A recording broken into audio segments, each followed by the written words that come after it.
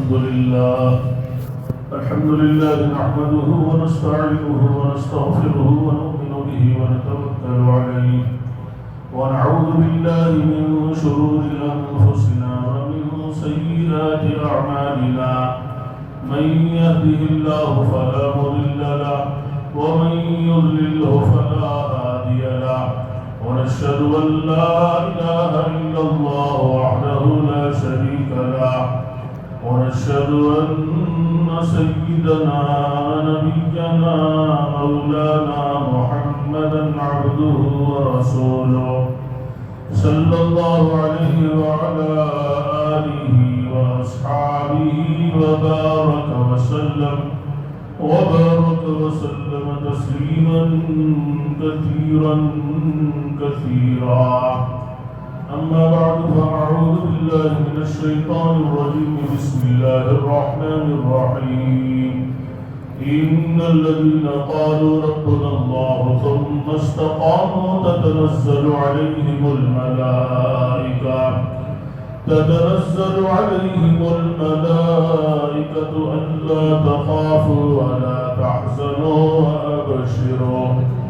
وأبشروا بالجنة التي كنتم توعدون.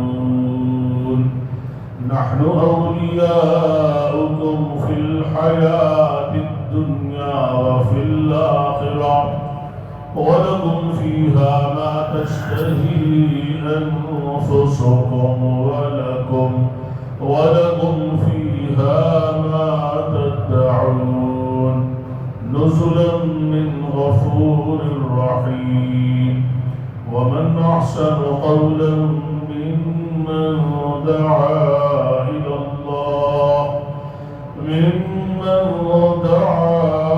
إلى الله وعمل صالحا وقال إنني من المسلمين.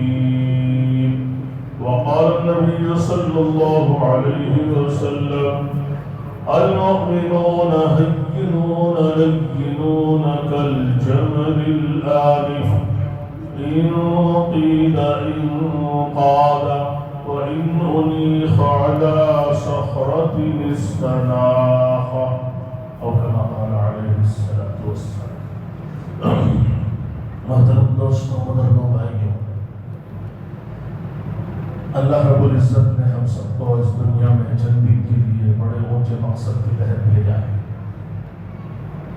ابھی میں آتے آتے دیکھا کہ عنوان جو مجھے دیا گیا ہے، پہلے سے عنوان میرے ذہن میں نہیں تھا، لیکن ابھی دیکھا کہ آج 30 شب ہے اور اس میں عنوان یہ ہے کہ ان راتوں میں ہم جنت کو کس طرح سے طلب کریں اور جہنم سے کس طرح پناہ مانگیں.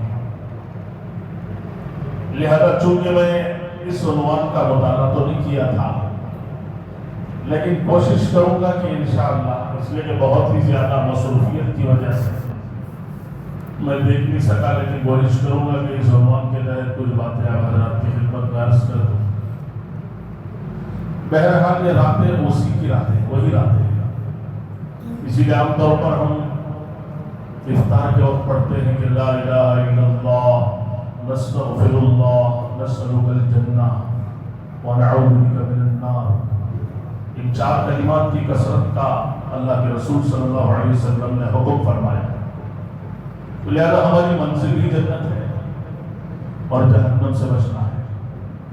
اسی لیے میرے ذہن میں یہ آیت آئی جس کا میں نے خطبہ مسکونہ میں جس کی تلاوت کی، اسی آیت کی روشنی میں انشاءاللہ کچھ ضروری باتیں آپ کی خدمت میں عرض کروں گا. پوری زندگی کا خلاصہ موت ہے.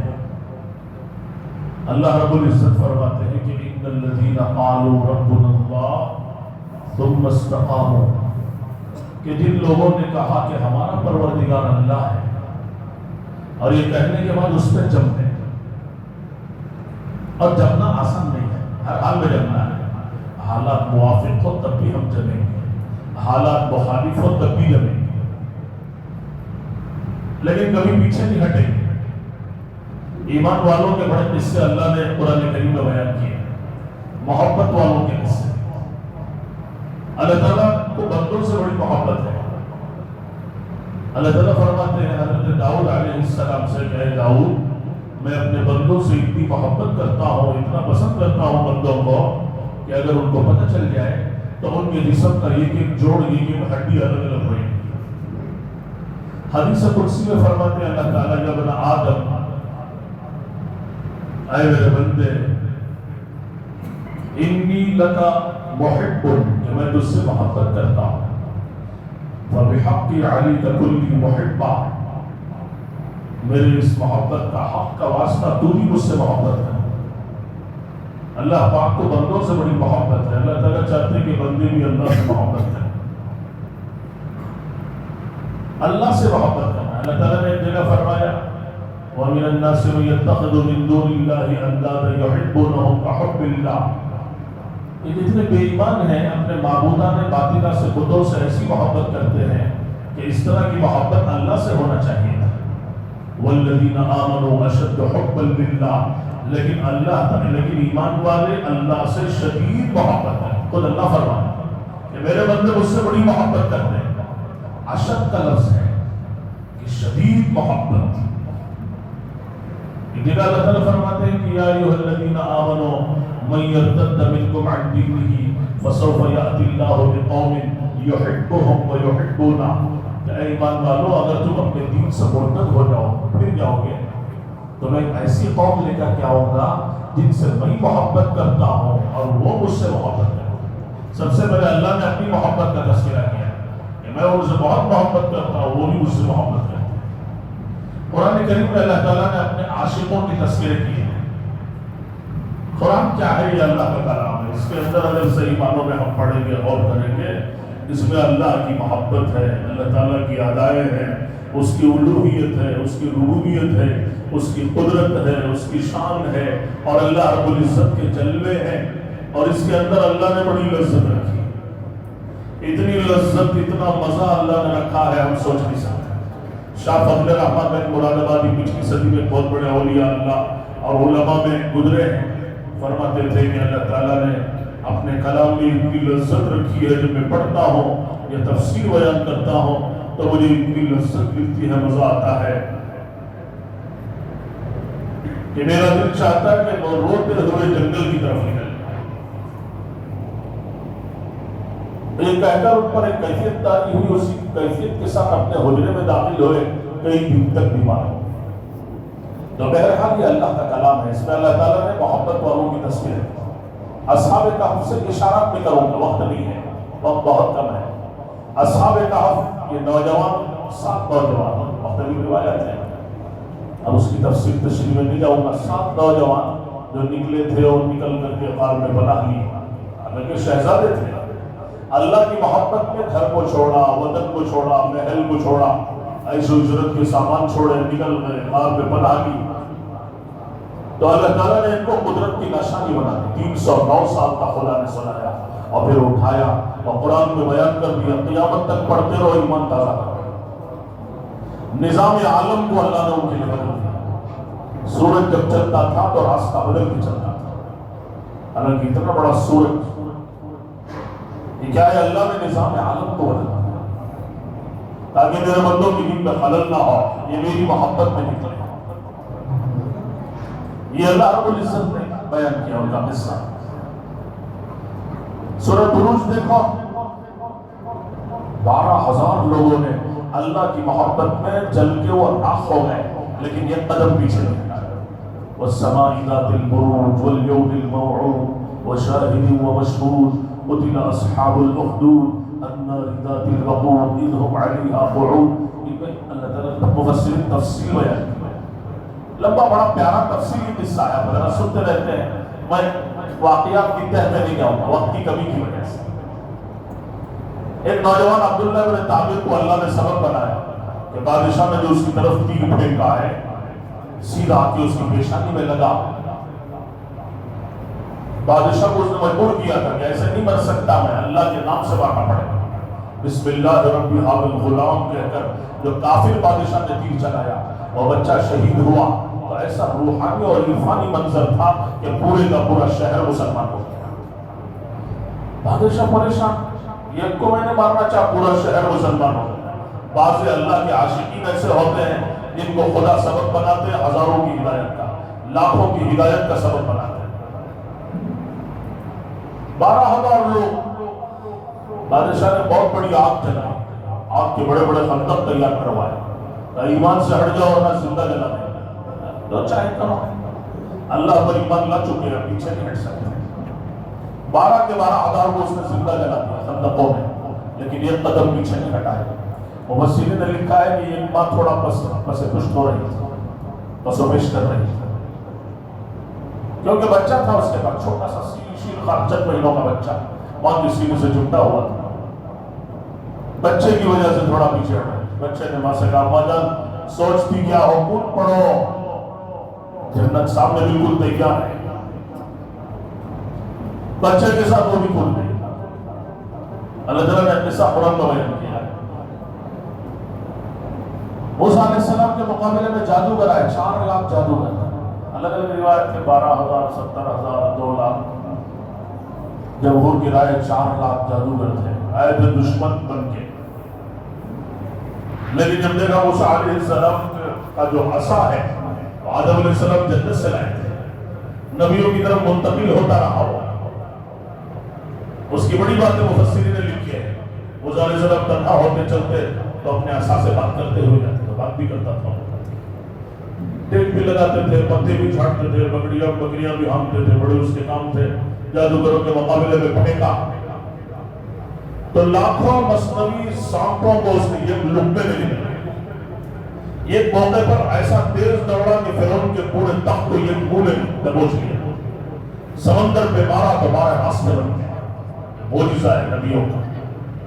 تو سب جادوگر سجدے میں گر گئے، اب آمنا برب العالمین، سب نے کہا رب العالمین پہ ہم ایمان لائے، یہ موسیٰ ہارون کا رب ہے۔ فرعون پریشان تھا، ایک موسیٰ سے میں پریشان ہے تو پورے لاکھوں لوگ ایمان لائے، میں نے کتنے ان کو لالچ دیے تھے، اب میرے مقابلے پہ کھڑا ہو۔ تو فرعون نے دھمکی دی، پیچھے ہٹ جاؤ، ایمان چھوڑ دو، ورنہ ایک ہاتھ کاٹوں گا مخالف پیر کاٹوں گا، اور تم سب کو سولیوں پہ لٹکا دو، جو چاہے کر لو۔ آئے تھے بے ایمان، ایمان لائے، ولایت کے اونچے مقام پہ خدا نے پہنچایا، اور سب کے سب سولیوں پہ لٹک گئے، لیکن پیچھے نہیں ہٹے۔ ابھی ہماری مسجد میں سورۃ التحریم کی تفسیر کر رہا تھا، آخر کی 3 آیتوں میں 4 عورتوں کے قصے ہیں، اس میں آخر سے پہلے کی آیت جو ہے اس میں فرعون کی بیوی کا قصہ ہے، حضرت آسیہ کا، کہ اللہ کی محبت لمبا تفصیلی قصہ ہے، بشاشہ سے شروع ہو کر کے حضرت آسیہ تک، جو کہ سولی پر لٹک گئی۔ فرعون نے پورے بھرے دربار میں، فرعون کی سب سے چہیتی بیوی آسیہ ہے، حسین و جمیل، اب ان کو فرعون نے سولی پہ لٹکایا بھرے دربار میں، ہاتھوں میں لوہے کے کیل ٹھوک دیے، پیروں میں لوہے کے کیل ٹھوک دیے تاکہ حرکت نہ کرے یا عورت۔ اب کپڑے اتار دو، کپڑے اتروا دو، کھان ادھیڑ دو، کہنے لگی حضرت جو چاہے کر لو، ایمان اللہ پر لا چکی ہو، ایک اللہ کی محبت دل میں اتر چکی، پیچھے نہیں ہٹ سکتے۔ تکلیف جب پڑھنے لگی تو انہوں نے 2 دعائیں مانگی، اللہ تعالیٰ کو 2 دعائیں اتنی پسند آئی، فوراً قبول بھی کی، قرآن میں نازل بھی کر دیا۔ قیامت تک آنے والے مرد عورتیں اس کو پڑھے اپنی ایمان کو تازہ کریں۔ ربی بنی لی عندک بیتا فی الجنہ، پہلے اللہ کی قربت و نزدیکی مانگی، بعد میں جنت مانگی۔ ربی بنی لی، اے میرے پروردگار بنا دے میرے لیے، عندک تیرے پاس، تیرے نزدیک، تیری قربت میں، جہاں تیرے سے میں ساتھ رہنا چاہتا ہوں، جنت میں سب سے اعلیٰ درجے کا جو مقام ہے، فی الجنہ، سب سے پہلے اللہ کی قربت مانگی، پھر اس کے بعد جنت مانگی۔ ربی بنی لی عندک بیتا فی الجنہ وَنَجِّنِي مِن فِرْعَوْنَ وَعَمَلِهِ وَنَجِّنِي مِنَ الْقَوْمِ الظَّالِمِينَ۔ اے اللہ فرعون بڑا ظالم ہے، بڑی تکلیفیں دے رہا ہے، اس کے ظلم سے نجات عطا فرما۔ دونوں دعائیں اللہ نے قبول کی، سولی پر لٹکتے لٹکتے جان نکالا، فرشتے کو بھیج کے۔ اگر اللہ کے نبی صلی اللہ علیہ وسلم کے ساتھ آپ کی زوجیت کا شرف بخش کر جنت کا سب سے اعلیٰ درجے کا مقام عطا فرما، اس لیے کہ سب سے اعلیٰ درجے کی جنت وہ اللہ کے نبی کی ہے، جسے وسیلہ کہا جاتا ہے۔ عام طور پر ہم اذان کے بعد جو دعا پڑھتے ہیں اس کی بھی دعا کرتے ہیں، اللهم رب هذه الدعوة التامة والصلاة القائمة آت محمدا الوسیلہ، محمد صلی اللہ علیہ وسلم کو وسیلہ عطا فرما۔ مفسرین فرماتے وسیلہ سے مراد کیا ہے؟ تفسیر یہ بھی ہے کہ وسیلہ جنت کا سب سے اعلیٰ مقام ہے، اس کی چھت اللہ کا عرش ہے۔ تو اللہ تعالیٰ نے حضرت آسیہ کی دعا قبول فرما کر اپنے نبی کی زوجیت کا شرف بخشا۔ تو اس طرح بے شمار قصے جو اللہ تعالیٰ نے قرآن کریم میں محبت والوں کی ذکر کیے ہیں، اور اسی لیے تاکہ اللہ تعالیٰ کو بندوں سے بڑی محبت ہو۔ بہرحال یہ سب آزمائشیں دنیا میں ان پر آئی، یہ اللہ کے مقرب بنے۔ تو میں نے شروع کیا تھا، اللہ تعالیٰ فرماتے ہیں جن لوگوں نے کہا ہمارا پروردگار اللہ ہے، تم استقاموا، پھر اس پر جم گئے، حالات سے متاثر نہیں ہوئے، جان کی بازی لگا دی لیکن ایمان کو نہیں چھوڑا، تو اللہ تعالیٰ فرماتے ہیں کہ ایسے لوگوں کے لیے کیا ہوگا؟ تتنزل علیہم الملائکہ، کہ موت کے وقت فرشتوں کا نزول ہوگا، کہ فرشتے استقبال کے لیے آئیں گے۔ آدمی عام طور پر موت کے وقت بہت ڈرتا گھبراتا ہے، تو اللہ تعالیٰ فوراً فرشتوں کو بھیجتے، جاؤ فرشتوں میرے بندے کے پاس دل بہلاؤ، تو وہ جنت کے گلدستے لاتے ہیں، زعفران کی ٹہنیاں لاتے ہیں، خوشبودار چیزیں لاتے ہیں، بندے کا استقبال کرتے ہیں۔ جیسے VIP لوگوں کو لوگ گلدستے پیش کرتے ہیں، ریڈ بیٹ بچھائی جاتی ہے، لوگ آگے پیچھے ہوتے ہیں، تو یہاں فرشتوں کو اللہ بھیجتے ہیں، اور فرشتہ آ کے کہتے ہیں تتنزل علیہم الملائکہ، فرشتہ آ کے کہتے ہیں اللہ تخافوا، ڈرو نہیں۔ بہت ڈرتا ہے اپنی موت کے وقت، فرشتے کہتے ہیں ارے ڈرو نہیں، کیوں ڈرتے ہو؟ اللہ تخافوا ولا تحزنوا، بعض دفعہ رنج ہوتا ہے، بیوی چھوٹ رہی ہے، بچے چھوٹ رہے ہیں، بینک بیلنس چھوٹ رہا ہے، مال و دولت چھوٹ رہا ہے، جائیدادیں چھوٹ رہی ہیں، کتنی محنت سے میں نے جمایا و بنایا تھا، بہت غمزدہ ہو جاتا ہے۔ فرشتے کہتے ہیں ولا تحزنوا، ارے رنجیدہ مت ہو جاؤ، کیوں کرتے ہو، کیوں رنجیدہ ہوتے ہو؟ وَأَبْشِرُوا بِالْجَنَّةِ الَّتِي كُنْتُمْ تُوعَدُونَ، خوشخبری لے لو ایسی جنت کی جس کا دنیا میں تم سے وعدہ کیا جاتا تھا۔ جنت بالکل نئی دلہن کی طرح بن سور کے تیار ہے، کیوں ڈرتے ہو؟ دنیا کی چھوٹے چھوٹے مکانات کو چھوڑنے سے مت ڈرو، جنت نئی دلہن کی طرح تیار ہے۔ اور پھر فرماتے ہیں وَنَحْنُ أَوْلِيَاؤُكُمْ فِي الْحَيَاةِ الدُّنْيَا وَفِي الْآخِرَةِ، ارے ہم دنیا میں بھی تمہارے دوست ہیں، آخرت میں بھی ہم تمہارے دوست ہیں۔ ہمارے ساتھ فرشتے ہیں، ہماری دعاؤں پہ آمین کہتے ہیں، ہمارا ہاتھ بٹاتے ہیں، مدد کرتے ہیں، ہمارے لیے دعائیں مانگتے ہیں۔ علماء نے لکھا ہے کہ بچہ جب پیدا ہوتا ماں کے پیٹ میں ٹہرتا ہے، وہاں سے لے کر دنیا میں لانے تک، پھر دنیا میں 60 70 80 100 سال تک، اور پھر موت تک تقریباً 4000 فرشتے ہر انسان کی خدمت میں مامور ہیں۔ اللہ اتنے بڑے محسن ہیں، فرشتوں کے ذریعے سے چلا رہے نظام، یہ سب اللہ تعالیٰ کا نظام ہے، نظام تکوینی جو ہمارے پیچھے چل رہا ہے۔ باتوں باتوں میں حدیثیں کیا آ گئی ہے، تورات کا ایک مضمون حلیۃ الاولیاء میں ہے، وہ بھی بیان کر دوں تاکہ کچھ اللہ تعالیٰ نے جو بندوں کو جھنجھوڑا ہے وہ بات سامنے آ جائے۔ اللہ تعالیٰ نے بندوں سے خطاب کیا ہے، اسے سمجھ میں آتا ہے، جعل ابن آدم، اے آدم کے بیٹے، جعلت لک قرارا فی بطن امک، میرے بندے ماں کے پیٹ میں تجھے کس نے ٹھہرایا؟ وحولت وجهك الى ظهرها لئلا تضرك رائحة الطعام، میرے بندے جب ماں کے پیٹ میں نے تجھے ٹھہرایا تو تیرے چہرے کو ماں کے پشت کی طرف، پیٹ کی طرف پھیر دیا، کیوں؟ لئلا تضرك رائحة الطعام، تاکہ ماں کے پیٹ میں غذا کی شکل میں جو گندگی جمع ہوتی ہے اس کی بدبو تجھے پریشان نہ کرے، چہرے کو پھیر دیا جائے۔ وعلمتك الجلوس في بطن امك، اور ماں کے پیٹ میں بیٹھنا، ٹہرنا، حرکت کرنا، گھومنا تجھے کس نے سکھایا؟ فَهَلْ يَقْدِرُ عَلَى ذَلِكَ أَحَدٌ غَيْرِي، میرے بندے کیا میرے علاوہ کوئی اس طرح کر سکتا ہے؟ پھر فرماتے ہیں اللہ تعالیٰ فَلَمَّا أَن تَمَّتْ مُدَّتُ وَأَشْهُرٍ، ماں کے پیٹ کی جب مدت پوری ہو جاتی ہے 9 مہینے، کبھی کبھی کم بھی ہوتی ہے 7 مہینے اور 6 مہینے، احناف کے یہاں اقل مدت 6 مہینے، اور کبھی کبھی بڑھتے بڑھتے 2 سال تک کی بھی روایت ہے۔ محدثین میں بڑے محدث ضحاک گزرے ہیں، 2 سال تک ماں کے پیٹ پہ ٹہرے، میاں بیوی جب بات کرتے تنہائیوں میں تو پیٹ سے ہنستے تھے، پیدا ہوئے تو نام ہی ضحاک پڑ گیا، بہت ہنسنے والا۔ بہرحال اللہ کا نظام ہے۔ فلما انتمت مدت اشہر، جب ماں کے پیٹ کی مدت پوری ہو جاتی ہے، فاوحیت الی الملک الموکل بالارحام، تو میں فرشتے کو حکم دیتا ہوں جو بندوں کو، بچوں کو دنیا میں لانے پر مامور ہیں۔ ہر کام کے لیے فرشتے ہیں۔ ہم ظاہر میں سمجھتے ہیں ڈاکٹر کر رہے ہیں، آپریشن ہو رہا ہے، سیزرنگ ہو رہا ہے، فلاں فلاں ہو رہا ہے، اس کے پیچھے نظام تنقیدی ہے جو چل رہا ہے۔ اتنی تنگ جگہ سے بچے کو باہر اللہ فرشتے کے ذریعے سے لاتے ہیں۔ خلقہ فقدرہ ثم السبیل یسرہ، وہی پیدا کرتا ہے، وہی ایک اندازے کے مطابق ٹھہراتا ہے، وہی دنیا میں آنے کا راستہ آسان کرتا ہے۔ یہ اللہ کی شان ہے۔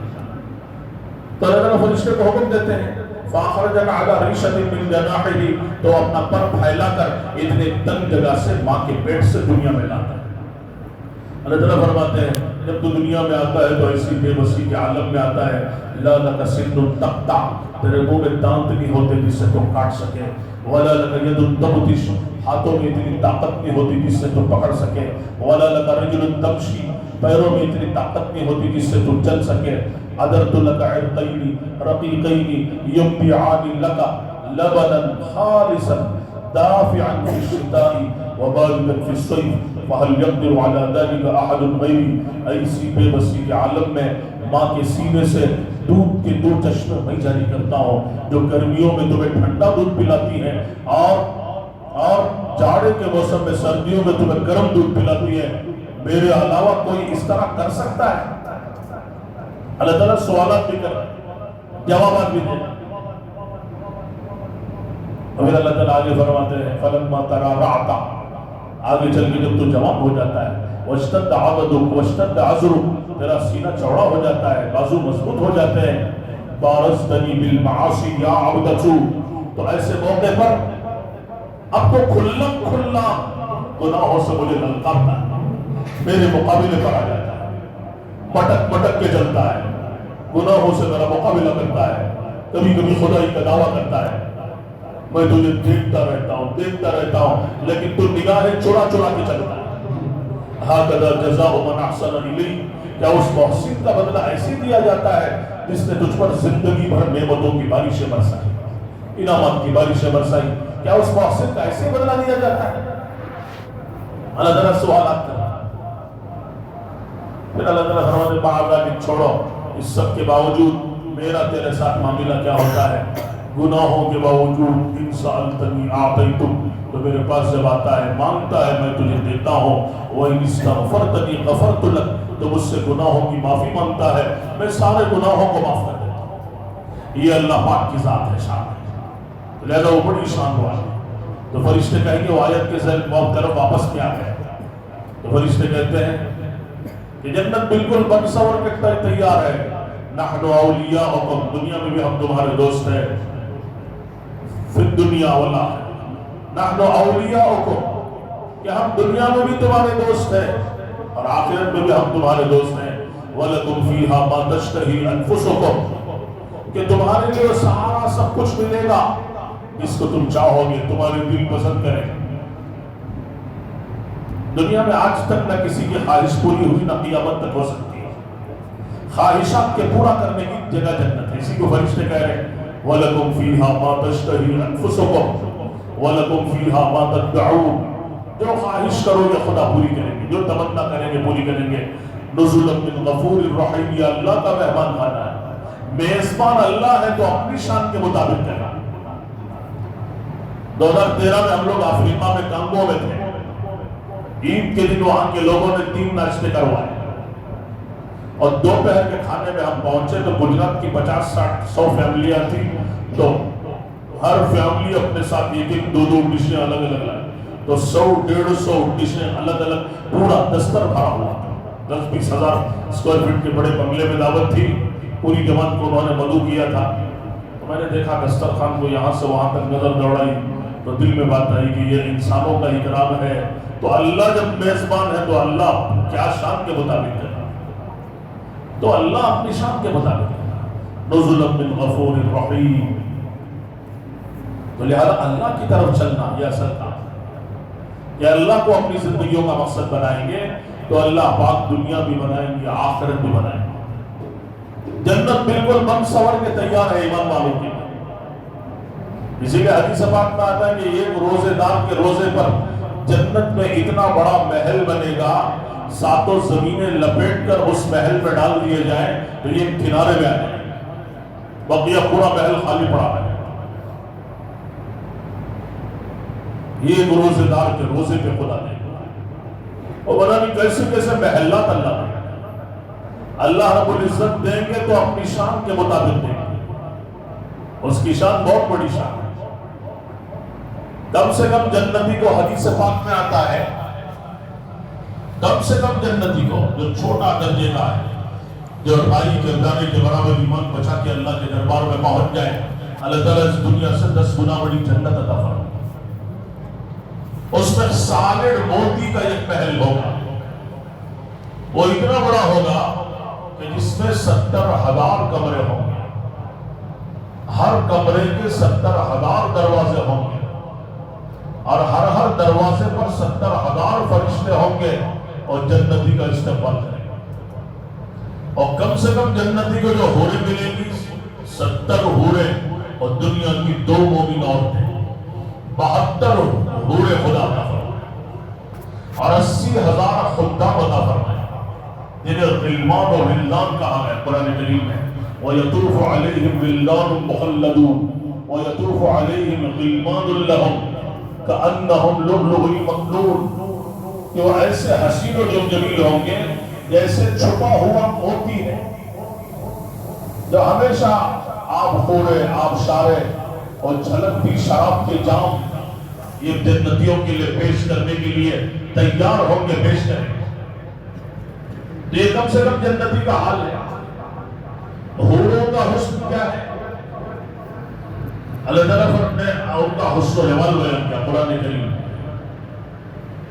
یہ حدیثوں میں آتا ہے، انگلی کا اشارہ سورج کو دکھا دے تو ہماری زبان میں جیسے سورج کالے کبے کی طرح بے نور ہو جائے، سمندر کے کھارے پانی میں تھوک دے تو ساتوں سمندر کا پانی شہد سے زیادہ میٹھا ہو جائے، مردے سے بات کرے تو مردہ زندہ ہو جائے، زندے اگر دیکھ لے تو خوشی کے مارے ہارٹ فیل ہو جائے،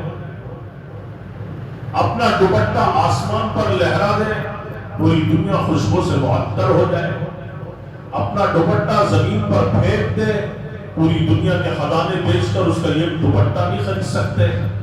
جنت کی ایک بالش، 1 اسکوائر فٹ زمین پوری دنیا کے خزانے بیچ کر نہیں خریدی جا سکتی۔ جنت کے حور کو دیکھے گا 40 برس تک دیکھتا رہے گا، دیکھنے کا شوق پورا نہیں ہوگا۔ دنیا میں حال کیا ہے؟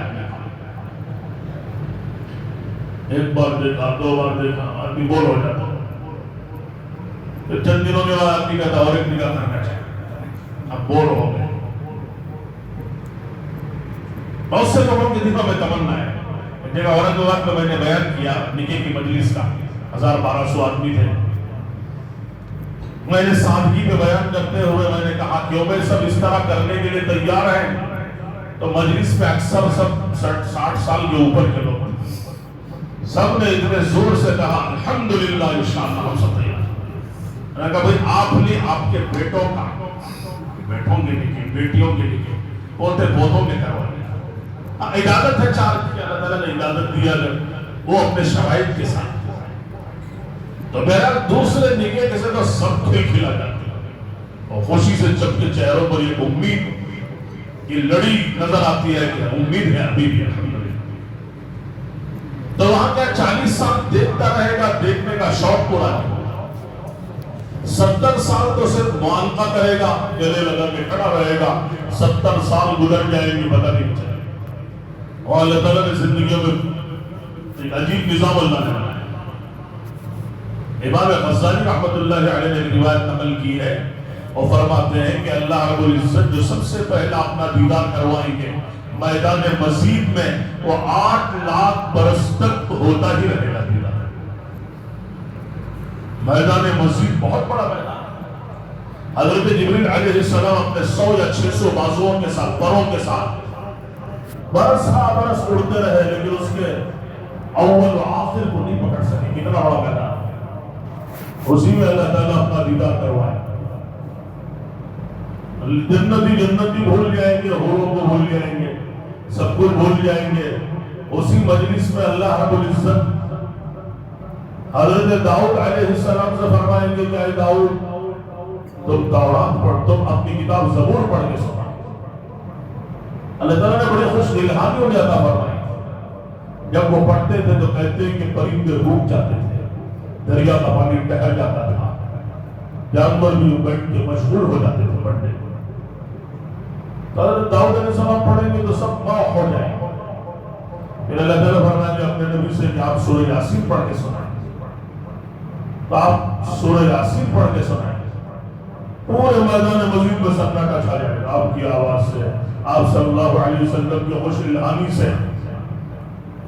اگر اللہ تعالیٰ خود سورہ رحمان پڑھ کے سنائے تو کیا مبارک ہوا منظر ہو. یہ اللہ کا دیدار، یہ اللہ. اسی لیے امیر خسرو کا شعر ہے جس کا مفہوم ہے، وہ فرماتے تھے کہ بن دیکھے، اللہ تعالیٰ کو بن دیکھے لوگ سولیوں پر لٹک گئے، آگوں سے چر گئے، آگ میں جل کے راکھ ہو گئے، سمندروں میں گر کے مچھلیوں کی غذا بن گئے. بن دیکھے یہ سب کچھ کیا. اگر اللہ رب العزت کو دیکھ لیتے تو کیا کرتے؟ جیسے ابھی میں نے تھوڑی دیر پہلے قرآن کریم میں عشق والوں کے، محبت والوں کے قصوں کے تذکرے کے صرف اشارات کی. یہ لوگوں نے اللہ کی محبت میں کیسے کیسی قربانیاں دی، ابھی تھوڑی دیر پہلے میں نے بیان کیا. تو بن دیکھے کہ اللہ کو دیکھ لیں گے تو کیا حال ہوگا، وہ کیا منظر ہوگا. اور جنت میں بھی الگ الگ درجے ہیں، اسٹیجز ہیں. عام جنتیوں کو اللہ تعالیٰ ہفتے میں ایک دفعہ اپنا دیدار کروائیں گے، لیکن مقربین جو ہے اللہ کے برگزیدہ بندے ان کو روزانہ 2 دفعہ اپنا دیدار کروائیں.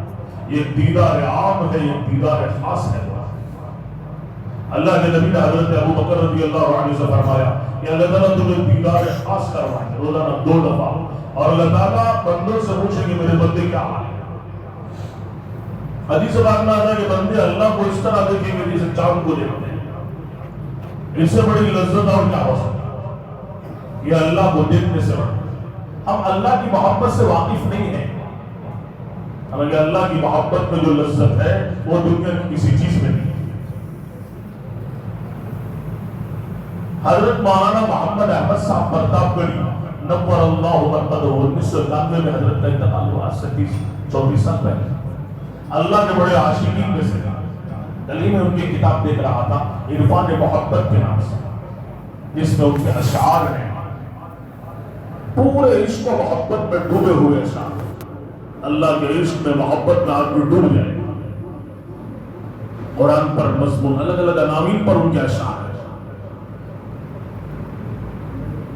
تو اسی میں سے ان کی قبر پر آج بھی ایک شعر لکھا ہوا ہے، آتش عشق نے جلا ڈالا احمد. یعنی اللہ کے عشق و محبت میں ایسے ڈوب گئے تھے وہ کہ گویا جل رہے ہیں. آتش عشق نے جلا ڈالا احمد، مر کے میں نے زندگی پائی. دنیا میں قرار ہی نہیں تھا. اللہ کے عشق میں اس کی محبت میں ایسے ڈوب گئے تھے، ایسی بے چینی بے قراری رہتی تھی. اور فرماتے تھے کہ اس میں ایسی لذت ہے کہ جنت میں بھی وہ لذت نہیں ہے. آتش عشق نے جلا ڈالا احمد، مر کے میں نے زندگی پائی. آج بھی ان کی قبر پر وہ شعر لکھا ہوا ہے. ان کا پورا دیوان چھپا ہے جس میں بڑے بڑے اکابر علماء کی تقریضات. حضرت مولانا سید ابو الحسن علی ندوی رحمۃ اللہ علیہ جو محقق علماء میں سے ہیں ان کی تقریض ہے. علامہ انور شاہ کشمیری رحمۃ اللہ علیہ کے شاگرد رشید حضرت مولانا حبیب الرحمن عزمی جنہیں علامہ عزمی کہا جاتا ہے، بہت بڑے علماء میں سے ان کی تقریض ہے اس میں. اسی طرح سے حضرت مولانا حکیم اختر صاحب کی، اسی طرح بہت سے بڑے اکابر علماء کی تقریضات، اور اس پر جو انہوں نے کلام کیا ہے یہ اللہ کے بڑے عاشقین میں سے. اور بہت سے عاشقین اللہ تعالیٰ کے ہر زمانے میں اللہ تعالیٰ اپنے بندوں کی بات بھی بڑی سنتے ہیں. جو اللہ کے عاشقین ہوتے ہیں ان کی زبانوں سے کبھی کبھی جملے نکلتے ہیں، اللہ تعالیٰ لاج رکھ لیتے ہیں. عام طور پر کبھی کبھی ایک قصہ سناتا ہوں کہ اللہ تعالیٰ کس طرح سنتے ہیں کہ اللہ کو منانا چاہیے کہ اللہ مان جائے. اس کی محبت دلوں میں اتر گئی۔ آج عموماً اللہ سے تعلق نہ ہونے کی وجہ سے آج امت کا کوئی کام نہیں بن رہا۔ کتنی پریشان ہے امت ہمارے ملک میں، پوری دنیا میں، عالم اسلام۔ کتنی دعائیں مانگی جا رہی، قبول ہوتی ہوئی نظر نہیں آ رہی، اس لیے کہ امت کے عموم میں بگاڑ ہے۔ ایک بڑا پیارا قصہ لکھا ہے کہ اللہ سے جب تعلق ہوتا ہے تو کس طرح ہوتا ہے، اس لیے کہ آدمی اللہ سے توبہ کرے، پھر اپنے تعلق کو اللہ سے استوا کرے، پھر اللہ رب العزت بنائے گی زندگی۔ ہارون رشید کے زمانے میں لکھا ہے کہ بہت زبردست قحط پڑا ہے، غلہ سونے کے داموں میں فروخت ہو رہا تھا، جانور ہلاک ہو رہے تھے، بڑی پریشانی، ہارون رشید پریشان۔ ہارون رشید کتنا بڑا بادشاہ، آدھی دنیا پہ اس کی حکومت تھی۔ ہارون رشید کے زمانے میں حضرت بیٹھے ہو، یعنی ہارون رشید بہت پریشان کہ اتنی بڑی حکومت ایک دفعہ اپنے محل کے بالا خانے میں کھڑا ہوا تھا، سامنے سے بادل کا ٹکڑا ہوا، وہ چاہتا تھا کہ یہاں برس جائے، لیکن اس کی کہاں چلتی ہے، اللہ کی چلتی ہے۔ پوری دنیا بادشاہ سب بے بس ہیں اللہ کے سامنے۔ اللہ تعالیٰ فرماتا ہے یسألہ من فی السماوات والارض کل یوم هو فی شأن، ساتوں زمین آسمان اور اس کے درمیان کی تمام مخلوقات اور کائنات کا ذرہ ذرہ اللہ کے سامنے سائل و فقیر بن کے کھڑا ہے، اور اس کے لیے ہر دن ایک نئی شان ہے۔ پوری دنیا اللہ کے سامنے بے بس ہے۔ تو بادل کے ٹکڑے سے کہنے لگا، اور بادل کے ٹکڑے تو دنیا کے کس کنارے میں چاہے جا کے برس جا، اور تیرے برسنے کے نتیجے میں جو بھی غلہ اگے گا اس کا ٹیکس میرے ہی پاس آئے گا۔ اتنی بڑی حکومت پورے یورپ میں، پورے افریقہ کے ملکوں میں اور پورے ایشیا کے ملکوں میں ہارون رشید کی حکومت تھی، اتنا بڑا بادشاہ۔ اب پریشان قحط سے علماء کو، اولیاء کو لے کے میدان میں آیا، صلاۃ استسقاء پڑھی، صبح سے شام تک میدان میں تھا، کوئی فیصلہ نہیں، سورج آگ برسا رہا ہے، بارش کا نام و نشان۔ اگلے دن آیا، تیسرے دن آیا، بہت پریشانی بڑھتی جا رہی۔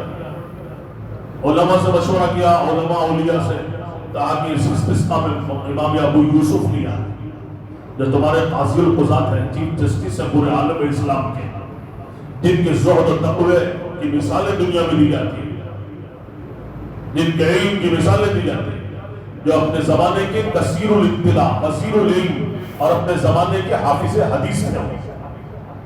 ہارون رشید نے بولا بھیجا، حضرت نے عذر کر دیا۔ ہارون رشید خود پہنچ گیا حضرت کی مسجد میں، حضرت کی بھی نماز پڑھی، پھر مصافحہ کیا، بیٹھے بیٹھے درخواست کی کہ حضرت صلاۃ استسقاء ہم پڑھ رہے ہیں، مسئلہ حل نہیں ہوتا، کیا کریں؟ تو امام ابو یوسف غصے میں آئے، کہا کہ پہلے تمہارے شہزادوں نے جن جن کی زمینیں ہڑپ لی ہیں، ناجائز طریقے سے زمینوں پہ قبضہ کیا ہے، پہلے وہ زمینیں واپس کرو، اللہ سے توبہ کرو، اگرچہ کہ تم تک اطلاع نہ پہنچی ہو۔ ہارون رشید تھرا گیا، وزیر اعظم کو بولا کہ حکم نافذ کیا، تحقیق کرو، میرے شہزادوں نے جن کی زمینیں ہڑپ لی ہیں فوراً وہ زمینیں واپس کرو۔ ہارون رشید کی آنکھوں سے آنسو نکلے، وہی توبہ کی اس نے۔ تو جیسے اس نے توبہ کی، پھر حضرت سے درخواست کی، حضرت کل کی صلاۃ استسقاء میں آپ آ جائیں۔ تو حضرت نے فرمایا کہ اب اس کی ضرورت نہیں، بیٹھے بیٹھے وہی قبلے کی طرف مڑ گئے، ہاتھ اٹھا کر سے بھی ایک جملہ کہا، یا اللہ ان عبدک ہارون الرشید قد تاب توبۃ، یا اللہ یہ تیرا بندہ ہارون رشید، اس نے ابھی ظلم سے توبہ کر لی ہے، اس کی توبہ کو قبول فرما کر اپنی رحمت والی بارش نازل فرما۔ حضرت کی زبان سے جملہ پورا بھی نہیں ہوا تھا، ہاتھ چہرے پر پھیرے بھی نہیں تھے، موسلا دھار بارش ہوئی۔ کئی گھنٹوں تک ہارون کو حضرت کے ساتھ مسجد میں ٹہلنا پڑا، اس کے جانور مویشی اس کے ساتھ آئی ہوئی، اس کے حشم قدم سب بھیگ گئے، سارے سڑکیں پانی سے بھر۔ یہ اللہ کے بندوں کے جملے ہوتے، محبت والوں، جن کے دل اللہ کے عشق و محبت میں جلتے۔ کوئی بھی زبان سے جملہ نکلتا ہے، عام طور پر وہ مانتے نہیں، وہ اللہ کی منشا کے مطابق چلتے ہیں۔ یہ دنیا میں جو ہو رہا ہے میرے اللہ کی منشا ہو جائے، ہم دخل نہیں دیں گے، جسے کہا جدھر مولا ادھر شاہ دولا۔ ہاں کبھی کبھی جب ان کی زبان سے کچھ نکلتا ہے تو خدا لاج رکھ لیتا ہے۔ ایک عجیب قصہ لکھا ہے مولانا محمد میاں صاحب نے، علماء ہند کا شاندار ماضی اس کتاب میں لکھا ہے. نزہت الخواطر میں بھی ایک قصہ ہے. نزہت الخواطر حضرت مولانا علی میاں رحمۃ اللہ علیہ کے والد صاحب مولانا عبدالحی حسنی رحمۃ اللہ علیہ بڑے علماء میں سے گزرے. نزہت الخواطر 8 جلدوں میں ہے، عربی میں ہے، جس میں ہندوستان کے 5000 مشاہیر علماء اولیاء کا تذکرہ کیا ہے. اس میں بھی یہ قصہ ہے کہ ہندوستان میں پچھلی صدی میں بہت زبردست قحط پڑا. جانور ہلاک ہو رہے تھے، لوگ پریشان، حالات، تنگیاں، غلہ سونے کے داموں میں فروخت ہو رہے، دنیا پریشان ہے، بارش نہیں گئی مہینوں سے، سالوں سے. تو اس زمانے میں سوات جو ابھی پاکستان میں جو ہے، وہاں کے جو والی تھے، والی سوات بڑے اولیاء اللہ میں سے تھے. لوگ ان کے پاس آئے کہ حضرت دعا کریں، والی بھی ہے، آپ والی ہے تو اللہ کی سنتے ہیں، اولیاء میں سے. اور کہنے لگے یہاں سے چلے جاؤ، اللہ اس وقت بہت ناراض ہے، میری نہیں چلتی اللہ کے پاس. حالانکہ کئی کرامتیں ان کی ذکر کی. لوگوں نے بہت اصرار کیا تو انہوں نے کہا کہ کام کرو، اگر تمہارا اتنا اصرار ہے تو اللہ تعالیٰ تو ہماری نہیں سنیں گے. اللہ تعالیٰ بھی ایک برگزیدہ بندہ ہے، آفتاب و امواس میں سے. لیکن انسانوں سے بچنے کے لیے، اپنی بزرگی کو چھپانے کے لیے وہ پشاور کے فلاں قصبے میں خواجہ سراؤں کے ساتھ رہتے ہیں. خواجہ سراؤں کا سا لباس ہے، کانوں میں بالیاں بھی ہیں. لوگوں سے بچنے کے لیے وہ اپنے آپ کو چھپائے ہوئے ہیں. اولیاء کی 2 قسمیں ہیں، اولیاء تشریع، اولیاء تکوین. عام طور پر لوگ یہ سمجھتے ہیں کہ ان کے ہزاروں مریدین ہیں، جن کی بڑی پگڑیاں ہیں، ٹوپیاں ہیں، اور بڑے بڑے جن کی عزت و شہرت ہے، یوٹیوب میں فلاں فلاں، وہی سب کچھ بڑے اولیاء میں ہے، انہی کی ولایت ہے، وہی اللہ کے مقرب بندے ہیں. ایسا نہیں ہے. ہاں وہ بھی اولیاء، ولایت کی کئی قسمیں ہیں. ایمان والا بھی ولی ہے، وہ ولایت کا پہلا درجہ ہے. اللہ تعالیٰ نے قرآن کریم میں فرمایا اللہ ولی الذین آمنوا یخرجہم من الظلمات الی النور. یہ بھی ولایت کی پہلی قسم ہے. ایمان والا بھی اللہ کا ولی ہے، لیکن درجے ہیں. بعض حضرات نے لکھا ولایت کے 100 درجے ہیں، معرفت کے 21 درجے ہیں.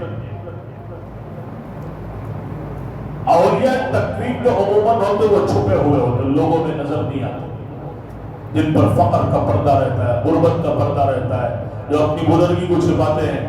لیکن عموماً نظام عالم خدا ان کے ہاتھوں سے اللہ تعالیٰ چلاتے ہیں. اللہ ہی چلانے والے ہیں. اللہ تعالیٰ ذمہ داریاں ان کو سونپی ہوئی ہیں. اس کے بہت سے واقعات ہیں، تفصیل میں نہیں جاؤں. تو انہوں نے کہا کہ دیکھو وہاں بزرگ ہیں، فلاں پل کے نیچے ملیں گے، جا کے ان سے کہو، ہو سکتا ہے کہ اگر وہ کچھ کہہ دے تو اللہ قبول کر لے. تو چنانچہ سب لوگ وہاں پہنچے. جو پتہ بتایا تھا وہاں دیکھا پل کے نیچے بیٹھے ہوئے تھے، خواجہ سراؤں کا سا لباس تھا. لوگ ان کے پاس پہنچے، پہنچ کر کے دعا کی درخواست کی، حضرت دعا فرمائے. میں کہا میرے پاس تمہارا کیا کام، جاؤ یہاں سے. لوگوں نے بہت اصرار کیا، حضرت انکار کرتے رہے. پھر حوالہ دیا کہ سوات بابا جی نے بھیجا ہے. تو کہنے لگے سوات بابا جی کو کیا حق بنتا ہے کہ ہمارا ناس پاش کرے، ہمارے اوپر سے پردہ ہٹائے. پھر اندر گئے، تبلا لے کر کے آئے، اس کو اپنے خاص طریقے سے بجایا، اور بجا کر کے آسمان کی طرف دیکھا، اور دیکھ کر کے صرف یہ جملہ ارشاد کیا. اللہ تعالیٰ سے کہنے لگے کہ اب تو آپ کو برسانا پڑے گا، ورنہ آپ کی محبت میں جو میں نے کانوں میں بالیاں ڈالی ہیں اس کو نکال کر کے پھینک دوں گا، چوڑا چوڑا کر. تو یہ جملہ زبان سے نکلا، اسی وقت بادل آپس میں جمع ہونا شروع ہوئے، اور ایسی موسلا دھار بارش ہوئی کہ غزنی سے لے کر رنگون تک 27 دنوں تک بارش ہوتی ہے. اللہ تعالیٰ نے پورے ملک کو، ہندوستان کو ڈبو دیا بارش.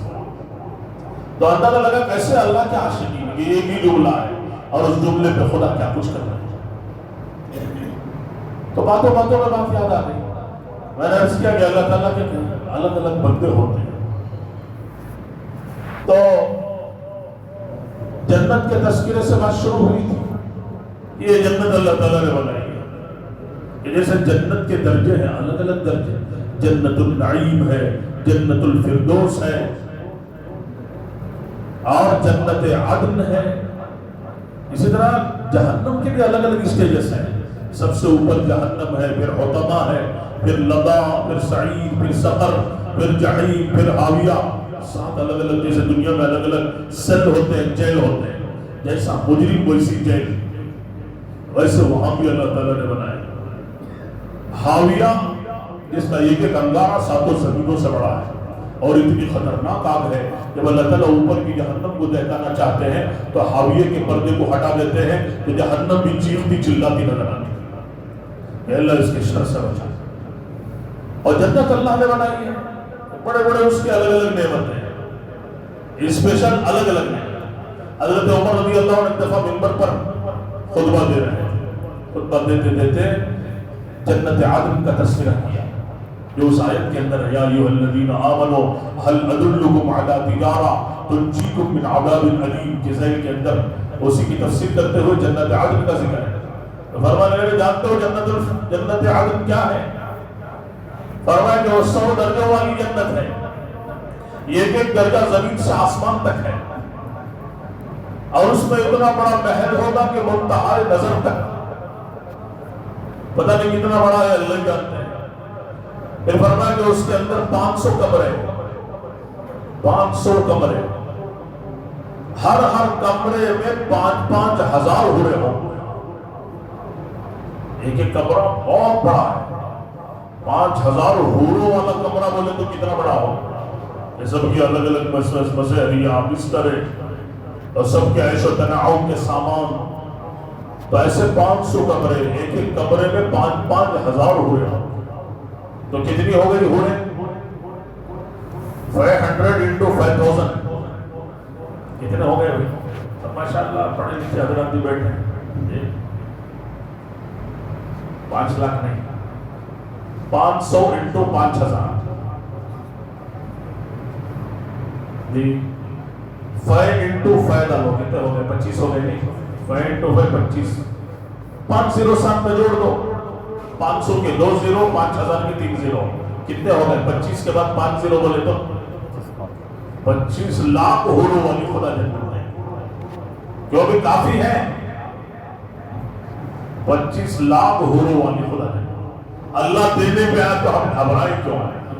ہم بخل کیوں کریں بولنے سے؟ تو یہ اللہ کی شان ہے. حدیث پاک میں آتا ہے کہ جنت میں ایک حور ہے جس کا نام عائنہ ہے، جس کے دائیں جانب 70,000 حوریں ہوں، بائیں جانب 70,000 حوریں ہوں. 1,40,000 حوروں کے درمیان میں یہ چلے گی. ایسا حسن و جمال میں اس کو بیان نہیں کیا جا سکتا. اس کا نعرہ ہے اَيْنَ الْآمِرُونَ بِالْمَعْرُوفِ، کہ نیکیوں کا حکم کرنے والے، برائیوں سے روکنے والے کہاں ہیں؟ میں ان کے لیے، وہ میرے لیے. یہ اللہ کا نظام ہے. جنت الفردوس میں ایک حور ہے جس کا نام لاعبہ ہے. لاعبہ کیوں ہے؟ بِكَثْرَةِ مُلَاعَبَتِهَا بِزَوْجِهَا، اپنے شوہر کے ساتھ کثرت ملاعبت کی وجہ سے اس کا نام ہی لاعبہ پڑ گیا. لاعبہ کہتے ہیں کھیلنے والی، بہت زیادہ ملاعبت سے لاعبہ. حدیث پاک میں آتا ہے خلقت من 4 اشیاء، کہ 4 چیزوں سے وہ پیدا کی گئی: مشک، عنبر، زعفران و کافور. اس کے پیر کے انگلیوں اور ٹخنوں سے لے کر گھٹنوں تک مشک سے پیدا کی گئی، بنائی گئی. گھٹنوں سے لے کر کمر تک زعفران سے بنائی گئی، اور کمر سے لے کر سینے تک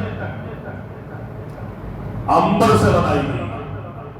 مشک، عنبر، زعفران، اور سینے سے لے کر اوپر سر تک کافور سے بنائی گئی. کہ 4 چیزوں سے بنائی گئی. 4 چیزوں سے اللہ تعالیٰ نے اسے بنایا. اور پھر اللہ رب العزت نے اس میں آب حیات ڈالا. پھر اللہ نے اسے کھڑا کیا تو وہ اتنی زیادہ حسین و جمیل ہے کہ جمیع الحور العین عشاق اللہ، کہ جنت کی تمام حوریں اس پر عاشق ہیں. انسان تو انسان، جنت کی حوریں بھی اس پر عاشق ہیں. مکتوب بین عینیہا، او فی عنقہا، اس کے دونوں آنکھوں کے درمیان میں نور سے لکھا ہوا ہے، او فی عنقہا یا اس کی گردن پہ لکھا ہوا ہے، من کانا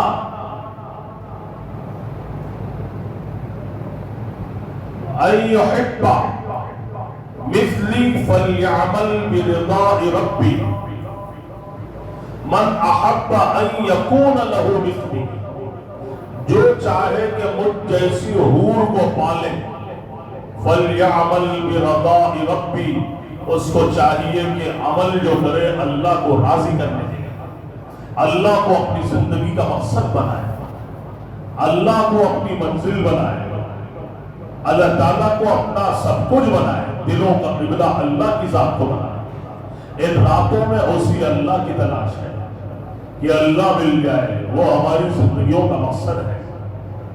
ہم اس دنیا میں کچھ نہیں چاہتے سوائے اللہ کے، اس لیے روزہ صرف ہم اللہ کے لیے رکھتے ہیں۔ گھر کے اندر تنہا ہے، بنگلہ ہے، مشروبات ہے، ٹھنڈی شدت کی پیاس ہے، بھوک لگی ہے، کھانے کی چیزیں ہیں، بندہ کہتا نہیں نہیں میں نے اللہ کے لیے روزہ رکھا، کوئی دیکھے نہ دیکھے میرا اللہ دیکھ رہا ہے۔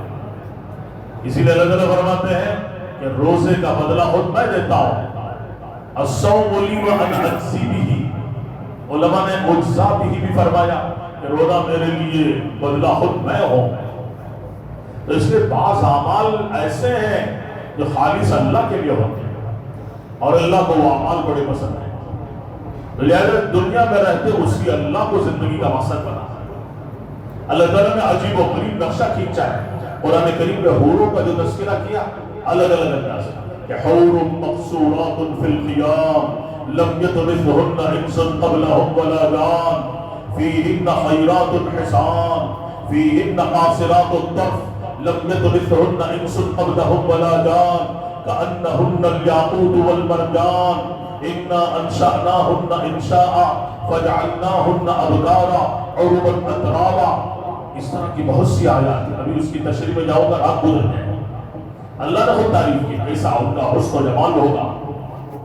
حور مقصورات فی القیام کے ذیل میں مفسرین فرماتے ہیں کہ اللہ رب العزت نے جنت میں محلات بنائے، وہ معلق ہے زمین آسمان کے درمیان۔ جیسے ہم گھر بناتے ہیں نیچے پہلے فاؤنڈیشن ڈالتے ہیں، نہ تو اس میں فاؤنڈیشن ہے جیسے سورج چاند معلق ہے زمین آسمان میں، اس طرح بڑے بڑے محلات نہ اوپر سے لٹکائے گئے نہیں نیچے سے بنائے گئے، کوئی پلر نہیں کچھ نہیں، وہ ہوا میں کھڑے ہوئے ہیں۔ صحابہ نے پوچھا یا رسول اللہ داخل کیسے ہوں گے؟ تو آپ نے فرمایا کہ اللہ تعالیٰ جنتی کو زمرد کے دو پر عطا فرمائیں گے، پرندے کی طرح اڑتا ہوا محل میں داخل ہو جائے گا۔ جب اپنے محل کے پاس جائے گا چاروں طرف پرندے کی طرح اڑے گا، دیکھے گا دروازہ ہی نہیں ہے اس کی، اللہ نے دروازہ ہی نہیں بنایا، سوچے گا دروازہ کہاں کیسے داخل ہو؟ تو اللہ تعالیٰ دل میں بات ڈالے، اسی وقت وہ اس پر ہاتھ رکھے، جہاں ہاتھ رکھے گا وہی دروازہ بنے گا اور کھلے گا۔ جب اندر جائے گا حور مقصورات فی الخیام، دیکھا تو حسین و جمیل ہو رہے خیموں میں بند ہے، ایسے جیسے چھپا ہوا موتی ہے، کأنہن الیاقوت والمرجان، چھپے ہوئے موتی کی طرح سے، حسن و جمال کا پیکر ہے، اور سب مسحریوں پر بیٹھی ہوئے ہوں گی اور سب کی آنکھیں بند ہوں گی۔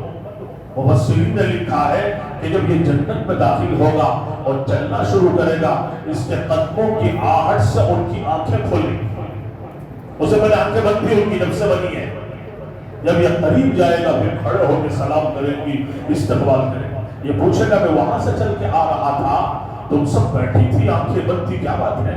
وہ کہیں گی کہ جب سے اللہ نے ہمیں بنایا ہے ہمارے نگاہوں کی اتنی حفاظت کروائی، اتنی حفاظت کی کہ پہلی نظر پڑے تو اپنے جوڑے پہ پڑے، کسی غیر پہ نہ پڑے، لیکن آج ہماری نگاہوں کا بریک فیل ہے، اتنا فیل ہے کہ اللہ بڑے ناراض ہے ہم سے۔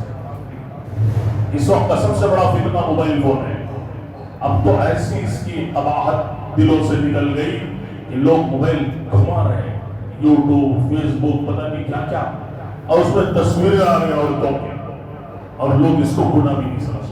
عورتیں مردوں کو دیکھ رہی ہیں، مرد عورتوں کو دیکھ رہے ہیں۔ یہ دور دجالی ہے، اور دور دجالی کا سب سے بڑا فتنہ موبائل فون ہے۔ اس نے ہمارے ایمان کو کھوکھلا کر دیا، جس کی وجہ سے نہ نمازوں میں لذت ہے، نہ دین میں لذت ہے، کسی چیز میں کوئی لذت نہیں، مزہ ہی نہیں، پورے ایمان کو کھوکھلا کر دیا۔ بہت سے واقعات میرے ذہن میں ابھی بیان نہیں کروں گا کہ ایک ایک بد نظری پہ بے ایمان ہوگی دنیا سے گئے لوگ۔ یہاں ہزاروں بد نظریاں ہیں، اب گناہ کا احساس بھی ختم ہو گیا۔ اللہ نے ہورے بنائے تو کیسے کی کہ نگاہوں کی حفاظت کا اتنا انتظام کیا کہ آنکھیں بند ہیں، مسحریوں پہ بیٹھی ہیں، شوہر جب جائے گا تو اٹھ کے کھڑے گی، استقبال کرے گا۔ کہا کہ پہلی نظر پڑے تو تمہارے اوپر پڑے۔ اسی لیے قرآن کریم میں اللہ تعالیٰ فرمایا فیہن قاصرات الطرف لم یطمثہن انس قبلہم ولا جان، محلات کے اندر چھپی ہوئی بد خیموں میں جس کو نہ تو کبھی کسی انسان نے دیکھا نہ کسی جن نے چھوا، اللہ نے ایسی حفاظت کی کہ کسی پہ نظر نہ پڑے، کوئی ان کو چھو نہیں سکتا، وہ صرف ان کے اپنے جوڑوں کی ہے۔ تو اللہ بھی چاہتے ہیں کہ بندہ خاص طور سے نوجوان اپنی ایسی پاک دامنی والی زندگی گزارے۔ اسی لیے حدیث پاک میں آتا ہے سبعۃ یظلھم اللہ فی ظلہ یوم لا ظل الا ظلہ، 7 قسم کے آدمی ایسے ہوں گے جن کو اللہ رب العزت اپنے عرش کے سائے میں جگہ دیں گے، اس دن اللہ کے سائے کے علاوہ کوئی سایہ نہیں ہوگا۔ اس میں 2 باتیں صرف نوجوانوں سے متعلق ہیں۔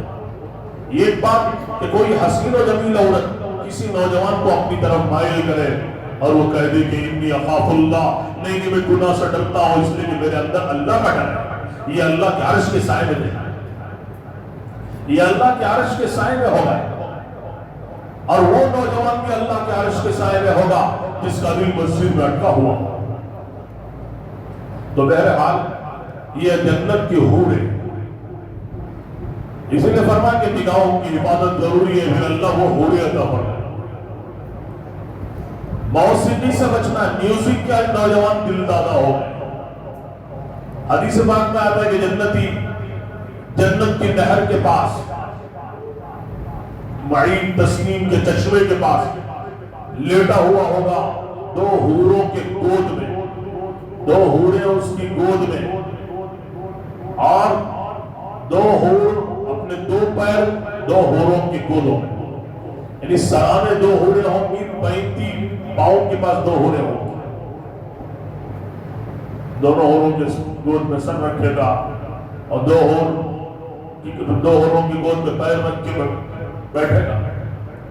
باتوں میں دنیا کا تذکرہ ہے، ارے دنیا میں بھی گانے بجانے نہیں سنتا تھا، میوزک سے بہت دور تھا، تو جیسے وہ حوریں سنے گی ناراض ہو جائیں، ارے کس دنیا کی بات کرتے ہو، کون سی موسیقی اور گانا بجانا چاہیے، یہ کہہ کر اٹھ کر حدیث پاک میں آتا ہے جو وہ ناچیں گی، وہ ڈانس کریں گی، رقص کریں گی اور گائیں گی، اور ایسی اس میں میوزک ہوگی کہ دنیا والے کبھی اس کو سوچنا تو دور کی بات، تصور بھی نہیں کر سکتے کہ جنتی جنت کو بھول جائے گا ان کے ناچ گانے کو، نغموں کو دیکھ۔ فرمایا کہ دنیا میں جو بچے گا خدا وہاں وہ نعمت عطا فرمائے۔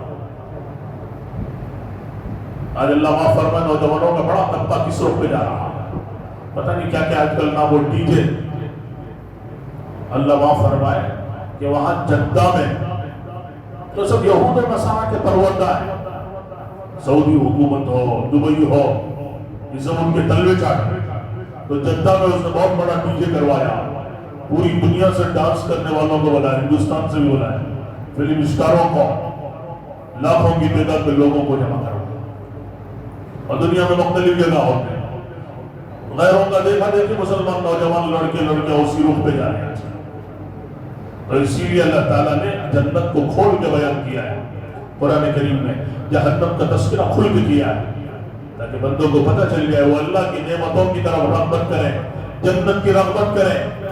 اسی لیے اللہ نے کبھی کبھی کھلوڑا بھی ہے، ایک جگہ اللہ تعالیٰ فرماتا ہے ان الابرار لفی نعیم علی الارائک ینظرون تعرف فی وجوہہم نضرۃ النعیم یسقون من رحیق مختوم ختامہ مسک وفی ذلک فلیتنافس المتنافسون۔ جنت کا پورا تذکرہ کرنے کے بعد میں تفسیر میں نے ابھی 1-2 منٹ میں دعا کر، میں نے مولانا سے پہلے پوچھا اس سے پہلے جو مقررین آئے، یہ آگے جو آئے پچھلے سالوں میں کب بیان ختم ہوتا ہے، مولانا نے فرمایا کہ 1 بجے سے پہلے بیان دعا سے ختم ہو جائے. میں اگر یہ راتوں کی مجلس ایسی ہیں، مجمع بھی ماشاءاللہ طلب کے ساتھ بیٹھا ہے، اور مجھے بٹھایا جائے تو انشاءاللہ فجر کی اذان تک میں بولتا ہی رہوں گا، شہری بھی بول جائیں گے سب. لیکن پھر بعض حضرات کہیں گے کہ کس کو بلایا تھا، بہت لمبا ہے. ایسا نہ ہو جو معمول مسجد کا ہے اسی پہ ہم بھی چلیں گے. 1 بجے سے پہلے دعا ہوتی تھی، اب 1 بج گیا ہے. تو بہرحال میں بات ختم کرنے کے قریب ہوں. تو میں عرض کر رہا تھا، پتہ نہیں کیا آخر کی بات میں بھول گیا. تو ابھی اللہ رب العزت نے اسی لیے ہمیں دنیا میں بھیجا اور اس کا تذکرہ کرنا. جنت کے اللہ تعالیٰ نے وہ ساری آیتوں میں جنت ہے، ابھی میں تشریح نہیں کروں. آخر میں اللہ نے ایک جملہ ارشاد فرمایا، کیا فرمایا؟ وَفِي ذَلِكَ فَلْيَتَنَافَسِ الْمُتَنَافِسُونَ. یہ ایک دوسرے کو آگے بڑھنے والوں کو ان جیسی چیزوں میں آگے بڑھنا چاہیے. اللہ نے جنت کا ان الابرار لفی نعیم، نیک لوگ اللہ تعالیٰ کی بڑی نعمتوں میں ہوں گے، جنت کے محلات میں. علی الارائک ینظرون، بڑی بڑی مسحریوں پر ٹیک لگا کے جنت کا نظارہ کر رہے ہوں گے. دودھ کی نہر، شہد کی نہر، شراب کی نہر، پانی کی نہر، سلسبیل کی، وعین کی، تسنیم کی، رحیق کی، یہ چشموں کو، جنت کی حوروں کے حسن جمال کو، اور غلمان و ولدان کو، اور ان کے اکرام کو، اعزازات کو. ابھی میں نے جنت کا مختصر تذکرہ کیا، وہاں کی کھانوں کا، پھلوں کا، اگر وہاں کے پرندوں کا اور وہاں کی چیزوں کا، نعمتوں کا تذکرہ کرو گھنٹے گزر جائیں. تو اللہ تعالیٰ فرماتا ہے علی الارائک ینظرون تعرف فی وجوہہم نظرۃ النعیم یسقون من رحیق مختوم ختامہ مسک. کہ شراب کیسی پلائی جائے گی؟ سربا مہر، سیل کے ساتھ، کوئی جھوٹی نہیں. یہ سب تذکرہ کرنے کے بعد اللہ تعالیٰ فرماتا ہے وفی ذلک فلیتنافس المتنافسون. یہ ایک دوسرے سے آگے بڑھنے والوں کو ان جیسی چیزوں میں آگے بڑھنا چاہیے. جیسے دنیا تنافس کہتے ہیں، ایک دوسرے سے آگے بڑھنا. جیسے دنیا میں ہم کرتے ہیں نا، اس کا گھر 3 بیڈ روم کا ہے تو انشاءاللہ میں 5 بیڈ روم کا بناؤں. اس کا 2 کروڑ کا گھر ہے تو میں 5 کروڑ کا بناؤں. اس کے پاس 50 لاکھ کی گاڑی ہے تو میں 1 کروڑ کی لوں. اس کی بیوی حسین و جمیل ہے تو میں اور تلاش کر کے پوری دنیا ڈھونڈ کے اور حسین و جمیل لاؤں. تو دنیا کے معاملے میں جیسے آدمی تنافس کرتا ہے، اللہ تعالیٰ فرماتے ہیں وہ تنافس کی چیزیں نہیں ہیں، ان جیسی چیزوں میں تنافس کرو کہ جنت کے درجے اور بڑھاؤ، اوپر کی جنتوں کو حاصل کرنے کی فکر کرو. اللہ یہ فرماتے ہیں، اللہ تعالیٰ فِي ذَلِكَ فَلْيَتَنَافَسِ الْمُتَنَافِسُونَ. عنوان بھی دیا گیا تھا جنت و جہنم کا، اس میں مختصر سا بھی کر سکا. بہرحال اب اللہ تعالیٰ سے دعا بھی کریں کہ اللہ تعالیٰ صحیح معنوں میں ہم سب کو ان باتوں کی قدردانی کی توفیق عطا فرمائے، اور اللہ رب العزت کو ہم اپنی منزل بنائے، مقصد بنائے. ماشاءاللہ بڑی خوشی ہوتی ہے، رمضان میں ایک بڑا مجمع مسجدوں کی طرف رخ کرتا ہے، قرآن کریم پڑھتا ہے، اللہ کے قریب ہوتا ہے، دلوں کی زمین نرم ہوتی ہے، آخرت کی فکریں بڑھتی ہیں. لہذا کوشش کریں کہ یہ چیزیں سال بھر باقی ہیں. ایک بات بول کے بعد ختم کر دیتا ہوں. سید الاولیاء شیخ عبد القادر جیلانی رحمۃ اللہ علیہ فرماتے تھے رمضان کی 1 مہینے کی مشقت و مجاہدوں کے بعد روزے تراویح عبادتوں کے نتیجے میں اللہ تعالیٰ 29 سے 30ویں دن عید کے دن عید لاتے ہیں. 30واں دن یا 31واں دن، 29 روزے یا 30 روزوں کے بعد. تو اس دن کا روزہ حرام ہے. اللہ کی طرف سے حکم ہوتا ہے کہ خوشیاں مناؤ، اور اللہ کی طرف سے عیدگاہ میں اعلانات ہوتے ہیں. فرشتوں کو گواہ بنا کے مغفرت کا اعلان ہوتا ہے، اپنی رضا کا اعلان ہوتا ہے. اللہ قسمیں کھا کے بیان کرتے ہیں، اے میرے بندو جب تک تم میرا خیال رکھو گے میں تمہیں کسی غیر کے سامنے، کافر کے سامنے ذلیل و رسوا نہیں کروں. میرے بندو میں تمہارے گناہوں پر صدقہ نہیں کرتا رہوں جب تک تم میرا خیال رکھو گے. یہ سب اللہ مضمون بیان. اگر فرماتے کہ اب لوٹ جاؤ، کیا ہو جاؤ، اپنے اپنے گھروں کو لوٹ جاؤ اس حال میں کہ میں تم سے راضی ہو گیا اور تم مجھ سے راضی ہو گئے، تم نے مجھے راضی کر دیا. تو اللہ کی طرف سے عید کا دن ہوتا ہے، خوشی کا دن. 1 مہینے کے نتیجے میں عید آتی ہے، لیکن دنیا کی اگلے دن باسی ہو جاتی ہے. شیخ عبد القادر جیلانی رحمۃ اللہ علیہ فرماتے تھے پوری زندگی رمضان کی ترتیب پر گزارا. جیسے رمضان میں آدمی جھوٹ بولنے سے ڈرتا ہے، جھوٹ نہیں، غیبت نہیں. اسی طرح اندرونی بیماریاں کہ دل حسد سے پاک ہو جائے، کینے سے پاک ہو جائے، بغض و عداوت سے، نفرتوں سے، دشمنیوں سے، حب جاہ سے پاک ہو جائے. اسی طرح سے سب بیماریوں سے ظاہری باطنی بچتے ہوئے روحانی جسمانی زندگی گزاریں گے تو پھر اللہ رب العزت ہماری موت کے دن کو عید کا دن بنائیں گے. وہ دن کبھی پاس ہی نہیں ہوگا. وہی میرے پورے بیان کا خلاصہ. شروع میں نے وہی عرض کیا تھا کہ پوری زندگی انشاءاللہ اگر رمضان کی ترتیب پر گزاریں گے تو اللہ تعالیٰ موت کے دن کو عید کا دن بنائیں گے. اور پھر اللہ تعالیٰ موت پر یہ سارے احساسات کریں گے جو آیت میں نے شروع میں پڑھی تھی. ان الذین قالوا ربنا اللہ ثم استقاموا تتنزل علیہم الملائکہ الا تخافوا ولا تحزنوا وابشروا بالجنة التي كنتم توعدون نحن اولیاؤکم فی الحیاة الدنیا وفی الآخرہ ولکم فیہا ما تشتہی انفسکم ولکم فیہا ما تدعون نزلا من غفور رحیم. اس کا مختصر ترجمہ میں نے شروع میں کیا. تو بہرحال اس ترتیب پر آنا. تو ہماری 3 ذمہ داریاں. کتنی ذمہ داریاں؟ پہلی ذمہ داری اپنی ذاتی زندگیوں میں دین کو لانا، 100% دین کے ساتھ چبڑ لانا. دوسرا اپنے ماحول میں ہم دین کو لائیں. ماحول سے بڑا سب سے پہلے اپنی بیوی کی زندگی، بچوں کی زندگی، ماں باپ کی زندگی، پڑوسیوں کی زندگی، رشتہ داروں کی زندگیوں میں، اپنے محلے میں. اور اپنی تاجر ہے تو تجارت ہے، ملازم ہے تو ملازمت. اس لیے کہ آدمی دین کے ماحول کے ساتھ ہی چلے، ورنہ پھسلن ہوتا ہے تو ہاتھی بھی پھسل جائے. تو اس لیے ماحول میں سب دین کو لائیں گے انشاءاللہ، ہماری ذمہ داری ہے. تیسرا پورے عالم میں اللہ کا دین زندہ ہو جائے اس کے لیے کوششیں کریں گے، محنت کریں گے، اللہ کے راستے میں نکلیں گے، دعائیں مانگیں گے، کریں گے سب حضرات انشاءاللہ. اللہ سب کو بے انتہا قبول فرمائے اور آگے عمل کی اللہ تعالیٰ توفیق عطا فرمائے.